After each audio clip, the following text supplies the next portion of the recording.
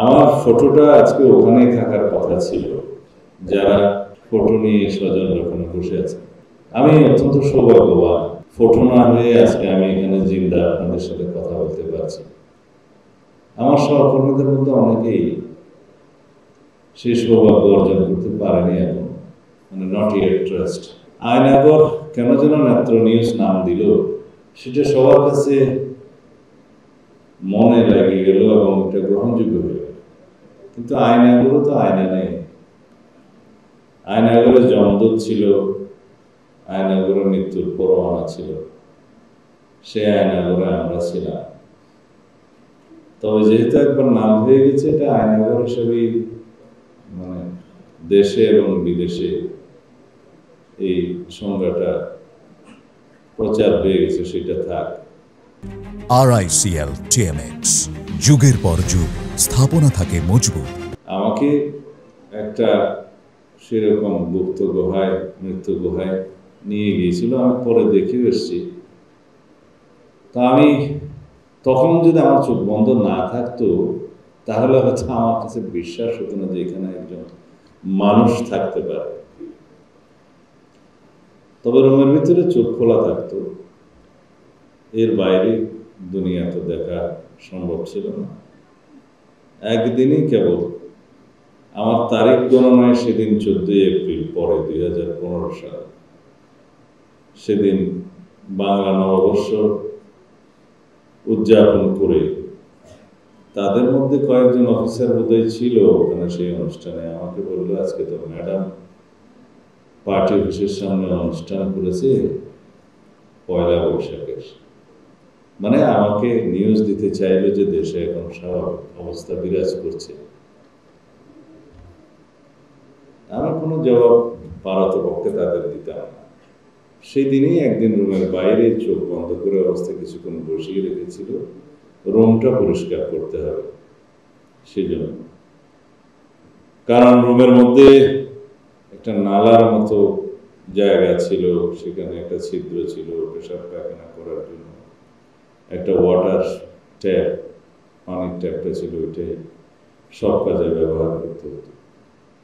বিচ্ছু আসতো, পাতলা একটা কম্বল, একটি পাতলা বালিশ, তার মধ্যে অনেক সময় কালো বিচ্ছু পিঠের নিচে নাড়াচাড়া করত, দুর্গন্ধ আসত। বাতাসের কোনো ব্যবস্থা ছিল না।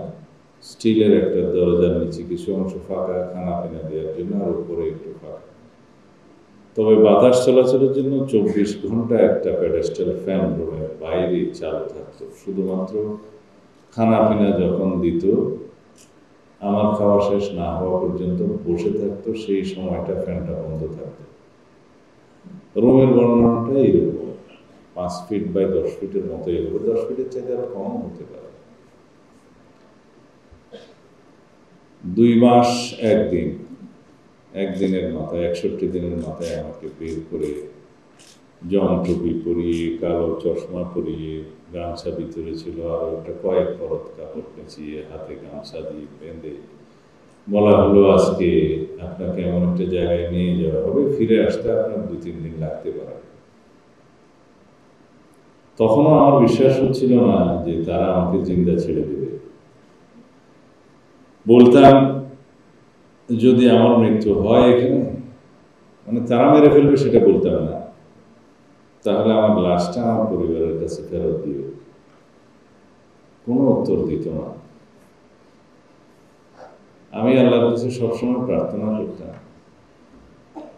যে আমাকে যদি আমার জীবন থাকে, হায়াত থাকে, আমাকে ইমানের সাথে জিন্দেগি দিও, ইমানের সাথে মৃত্যু দিও। আর যদি এখানেই আমার মৃত্যু থাকে, তাহলে আমাকে ইমানের মৃত্যু দিও। দেশের জন্য প্রার্থনা করতাম, দেশের জনগণের জন্য প্রার্থনা করতাম।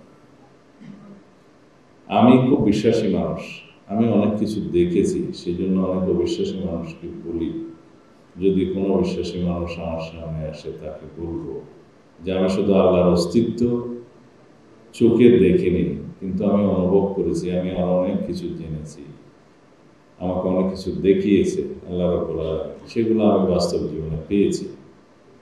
কিভাবে কোথায় আমার মুক্তি হবে সব কিছু। এটা হয়তো যারা বিশ্বাস করতে চাইবেন বিশ্বাস করতে পারবেন, অনুদানের বিষয়।